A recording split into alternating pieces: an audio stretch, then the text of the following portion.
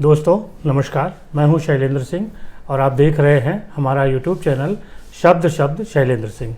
आज हम हैं भारतीय वधेर विद्यालय में और हमारे साथ है प्रिंसिपल धर्मेश जी, और जो टीचिंग का काम यहाँ पे करती है, हालांकि वो फाउंडर और बड़ी जिम्मेदारियाँ निभाती हैं, लेकिन वो अपने को टीचर से ज़्यादा नहीं मानती, वो गीतांजलि जी। धर्मेश जी ने कैसे अपना कैरियर शुरू किया, बचपन कैसा रहा, और भारत में लखनऊ में पढ़ने के बाद विदेशों में पढ़े, कैसे उनकी यात्रा रही, मैं थोड़ा सा आप लोगों को सुनवाना चाहता हूं। धर्मेश जी साइन लैंग्वेज से बताएंगे और गीतांजलि जी उसको ट्रांसलेट करके आपको बताती रहेंगी। संक्षिप्त में गीतांजलि जी, जो धर्मेश जी की यात्रा है उसको थोड़ा हमारे दर्शकों के लिए बताइए। नमस्कार, आपने हमें हमारा इंटरव्यू ले रहे हैं उसके लिए बहुत बहुत धन्यवाद। मैं जब पैदा हुआ था, मैं डेफ पैदा हुआ था, और मेरी जो कहानी है वो मैं आपको संक्षिप्त में बता रहा हूँ। मैं नेचुरली बॉर्न डेफ ही था, और मैं बस्ती में, लखनऊ में बस्ती में, वहाँ पे जो गांव है वहाँ पे मैं पैदा हुआ था। मेरे मदर फादर जो थे, मेरे जो पेरेंट्स जो थे, वो बहुत वरी करते थे कि मैं बधिर हूँ। बहुत बस्ती में मैं सिर्फ एक ही अकेला डेफ था और बाकी सारे सुनने वाले लोग थे। और जिस स्कूल में मैं जाता था वहाँ पे जो बच्चे थे, लोग थे, वो मुझे बहुत छेड़ते थे और बहुत मुझे गालियाँ भी देते थे और मुझे बहुत प्रॉब्लम्स होती थी। तो मेरे पेरेंट्स बहुत वरी करते थे, और तो उन्होंने खुद से कोशिश की, यहाँ लखनऊ में आके कोई डेफ स्कूल उन्होंने सर्च कर रहे थे, और फिर उन्होंने एनसी चतुर्वेदी स्कूल उनको मिला और वहाँ पे मुझे एडमिशन दिया गया था। लखनऊ से मैं लखनऊ पे जो एनसी चतुर्वेदी स्कूल था वहाँ पे मैं हॉस्टल में रहता था, लेकिन मुझे नहीं मालूम था कि मेरे मदर फादर चले गए तो मुझे रोना है, ये सब मेरे कोई फीलिंग्स ही नहीं थे। मेरे पेरेंट्स जब चले गए थे तो जो बच्चे थे उनके साथ में मैंने देखा कि वो भी मेरी तरह ही डेफ है, और वो लोग सब साइन करके बात कर रहे हैं, लेकिन मुझे कुछ नहीं मालूम था, क्योंकि गांव में कोई साइन नहीं करता था। यहाँ पे मैंने देखा कि इतने सारे बच्चे वो साइन कर रहे थे। जो स्कूल में जो टीचर्स है, वो क्लास में जब मैं जाता था वहाँ पे वो लोग साइन में नहीं पढ़ाते थे, वो लोग सिर्फ लिखते थे और ऑरलिज्म मतलब बोल बोल के पढ़ाते थे, लेकिन मुझे कुछ समझ में नहीं आता था। जो मेरे डेफ फ्रेंड्स हैं उनके साथ में हम बात करते थे, जोक करते थे, लेकिन पढ़ाई में, एग्ज़ाम्स में हम सिर्फ वही रोट मेमोरी से कॉपी कर करके हम लोग लिखते थे। लेकिन 3 साल में वहाँ पे मैंने पढ़ाई की। मेरे पापा जो थे वो एक गवर्नमेंट ऑफिस में काम करते थे। मेरी मदर और मेरे जो सिस्टर्स थे वो रेंट पे हम लोग लखनऊ में रहते थे। जब मेरे फादर जो दूसरे शहर में, दूसरे जगह पे वो जब काम करते थे, तब मैं वहाँ पे रेंटेड प्लेस पे अपने माँ के साथ में मैं वहाँ पे रहता था, और मैं स्कूल में मतलब एज अ डे स्कॉलर जाता था। और वहाँ पे जो जितने भी मतलब सब्जेक्ट्स वगैरह पढ़ाते थे वो पूरे फुल सारे लेसन्स नहीं पढ़ाते थे, वो सिर्फ 3 या 4 लेसन्स पढ़ाते थे। तब मेरे फादर ने जब देखा तो उन्होंने कहा कि ये तो सही नहीं है। फिर उन्होंने जाके एनसी चतुर्वेदी में जाके उन्होंने प्रिंसिपल के साथ में उनकी आर्ग्यूमेंट हुई थी। फिर उसके बाद में हमने वहाँ छोड़ के फिर मुझे एक हियरिंग स्कूल में एडमिशन दिया गया था। वहाँ पे फिर मैं क्लास 5 से मैंने स्टार्ट किया हियरिंग स्कूल में, और वहाँ पे भी मेरे फादर ने सोचा था कि हम टेक्नोलॉजी के बारे में, इस सब चीज़ों के बारे में हम लोग देखते हैं, और इनको ऑरलिज्म में ही एड्स वगैरह लगा के, हियरिंग एड्स लगा के उनको पढ़ाएंगे। लेकिन जब मैंने स्कूल में जब मैं मैं क्लास 8 तक मैंने हियरिंग स्कूल में मैंने पढ़ाई की। फिर दोबारा एक और हियरिंग स्कूल में मैंने 12th तक मैंने किया, और फिर कानपुर से फिर मैंने कॉलेज का मैंने 12th में जब मैं था, तभी भी मैं जो हियरिंग स्कूल में था मैं सिर्फ एक ही अकेला डेफ था। वहाँ पे मैं मैथ्स में मेरा इंटरेस्ट था, लेकिन इंग्लिश, हिंदी, साइंस वगैरह मुझे बहुत कम आते थे क्योंकि मुझे कोई नहीं पढ़ाता था। तो मैं चीटिंग करके मैंने एग्ज़ाम्स देकर मैंने भी पास किए, ये मैं आपको ऑनेस्टली मैं बता रहा हूँ। 12 के बाद में मैंने अपना बीए कानपुर की यूनिवर्सिटी से वहाँ से मैंने किया था, और जब मैं वहाँ पे मैं एवरीडे में जाता था। तो जब 2001 में जब मेरा लास्ट ईयर था, तब मैं NIHH अली यावर जंग national institute of hearing handicap Mumbai में वहाँ पे गया था। क्यों? क्योंकि मेरे फादर वो यही सोच रहे थे कि वहाँ पर भी ऑरलिज्म और हियरिंग एड से पढ़ाते हैं, तो वहाँ पे भी मेरा बच्चा वो पढ़ेगा, मतलब वो बोल पाएगा, वो सुन पाएगा। लेकिन जब मैं वहाँ पे गया था तब मुझे कुछ भी नहीं अच्छा लगता था, क्योंकि मुझे लगता था कि साइनिंग जो है वो बेहतर है। जब मैं मुंबई NIHH में मैं वहाँ पे पहुँचा था, तब मैंने देखा था कि वहाँ पे बहुत सारे डिपार्टमेंट्स थे जहाँ पे वो ऑरलिज्म और हियरिंग एड्स ये सब चीज़ों के लिए डिपार्टमेंट्स थे, लेकिन एक छोटा सा डिपार्टमेंट था जिसमें इंडियन साइन लैंग्वेज लिखा था। अंदर में जब गया तो मैंने देखा था कि वहाँ पे वो मेहर मैम है जो टीचर थी, वो सबको साइन लैंग्वेज में वो पढ़ा रही हैं। बाकी सब भी वहाँ पे वो हियरिंग एड्स वगैरह हियरिंग एड्स डाल के ऑरलिज्म कर रहे थे।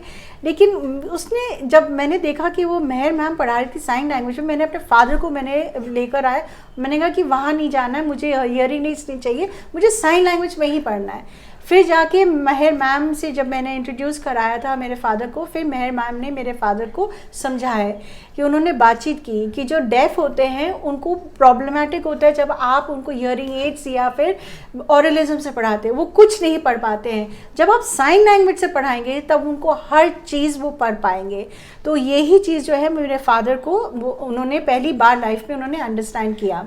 जब मैंने A लेवल और मैंने कंप्लीट किया वहाँ पे साइन लैंग्वेज में, तब मुझे उन्होंने as a teacher for 2.5 months के लिए उन्होंने मुझे रखा इन मुंबई, और वहाँ पे पूरा अवेयरनेस जो था deaf culture, deaf life, deaf world के बारे में मैंने सब कुछ सीखा। बचपन से मैंने कुछ नहीं सीखा था, लेकिन अब इस उम्र में आके जब मैं 20+ हो गया था, तब मुझे फर्स्ट टाइम मुझे अपने रियलाइज़ हुआ कि मेरा जो दुनिया है, मेरी जो दुनिया है वो अलग है। वो साइन लैंग्वेज से जो डेफ का जो दुनिया है वो हियरिंग वाले की दुनिया से बिल्कुल अलग है।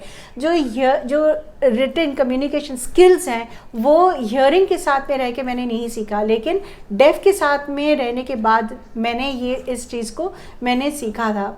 तब जब जैसे गवर्नमेंट कहते हैं डेफ एंड डम, कहते हैं कि हम डम नहीं हैं। ऑक्सफोर्ड डिक्शनरी डम का मतलब होता है स्टूपिड, हम स्टूपिड नहीं हैं। लेकिन फिर उसके बाद में भी जो मेरे पेरेंट्स फोर्स करते रहते थे कि आप ऑरलिज्म करो, हियरिंग एड करो, लेकिन हमारा जो हक है, मेरा जो राइट है एज ए डेफ पर्सन, वो सांकेतिक भाषा है। तब मुझे बिल्कुल पूरी तरह से समझ में आ गया था मुंबई में कि सांकेतिक भाषा मेरा मन अपना भाषा है ये। तो जैसे हियरिंग लोग आपके अपने अपने लैंग्वेजेस हैं, लेकिन डेफ के लिए सिर्फ एक ही लैंग्वेज है। लेकिन आप लोग जो सोचते हैं कि हम डेफ जो है हम लोग हैंडीकैप्ड हैं, नहीं, हम लोग हैंडीकैप नहीं हैं।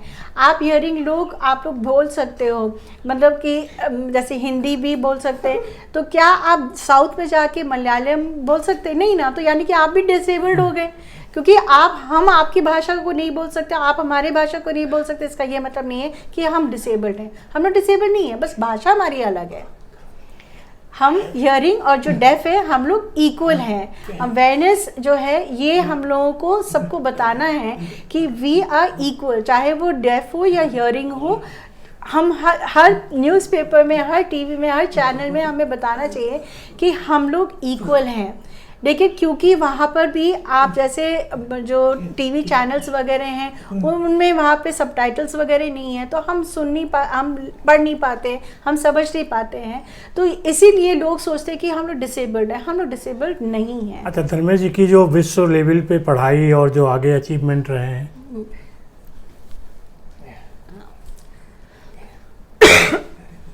जब मैं NIHH में मुझे जॉब मिल गया था, तब मैं हियरिंग लोगों को, हियरिंग स्टूडेंट्स को मैं पढ़ाता था, इंटरप्रेटर्स उनको बनाता था। तो मुझे हर जगह जो जितने भी इनके ब्रांचेस थे वहाँ पे मुझे भेजा गया था पढ़ने के लिए। वहाँ पे जब मैं हियरिंग इंटरप्रेटर्स के साथ पे जब मैं उनको पढ़ाता था तो उनसे भी मैंने बहुत कुछ सीखा, और धीरे धीरे करके अपना जो लैंग्वेज स्किल्स है उसको मैंने बढ़ाया था। मुझे 2005 में हॉलैंड में मुझे इनवाइट किया गया था कि इंडिया में जो डेफ एजुकेशन है उसके बारे में एक लेक्चर देने के लिए। जब मैं हॉलैंड गया था तब मुझे रियलाइज़ हुआ कि बहुत बड़ा गैप है डेफ एजुकेशन में। वहाँ पे प्रोफेसर्स डेफ प्रोफेसर्स हैं, लॉयर्स हैं, डॉक्टर्स हैं, लेकिन हमारे भारत में बिल्कुल ही नहीं है। वहाँ पे education system is very high, लेकिन हमारे यहाँ पे इंडिया में कुछ भी नहीं था। बिल्कुल जैसे यहाँ पे जो डेफ हैं वो सिर्फ जैसे सर्वेंट का काम करते थे या फोटोकॉपी का काम करते थे, लेकिन वहाँ पे प्रोफेसर्स थे।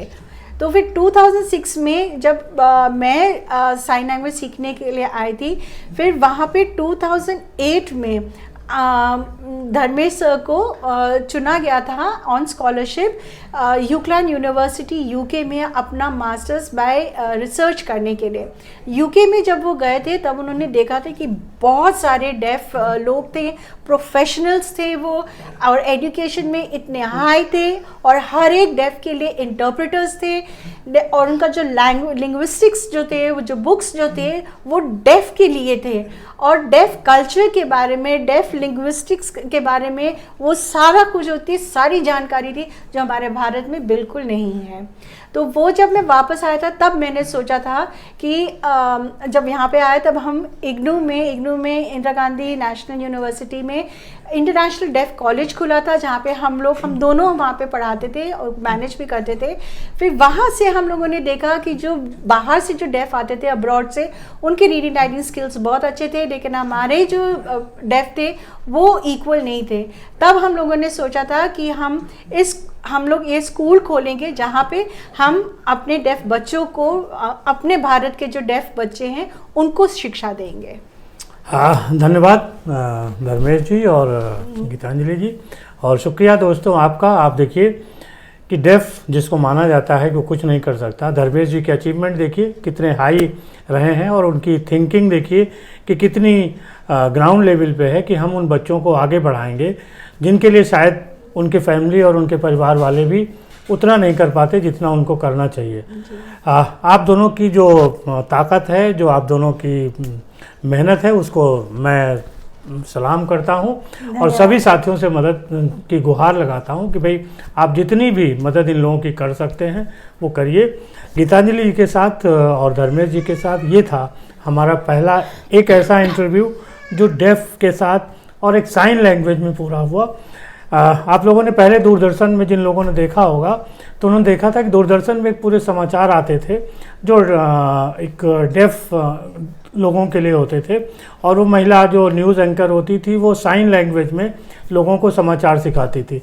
सरकार और टीवी चैनलों से एक हमारी अपील ये भी है कि अगर उस विधा के लिए उनके पास कुछ मिनट, कुछ समय निकाल सकें तो वो भी इन डेफ लोगों की एक बड़ी मदद होगी। शुक्रिया एक बार फिर से आप सभी लोगों का।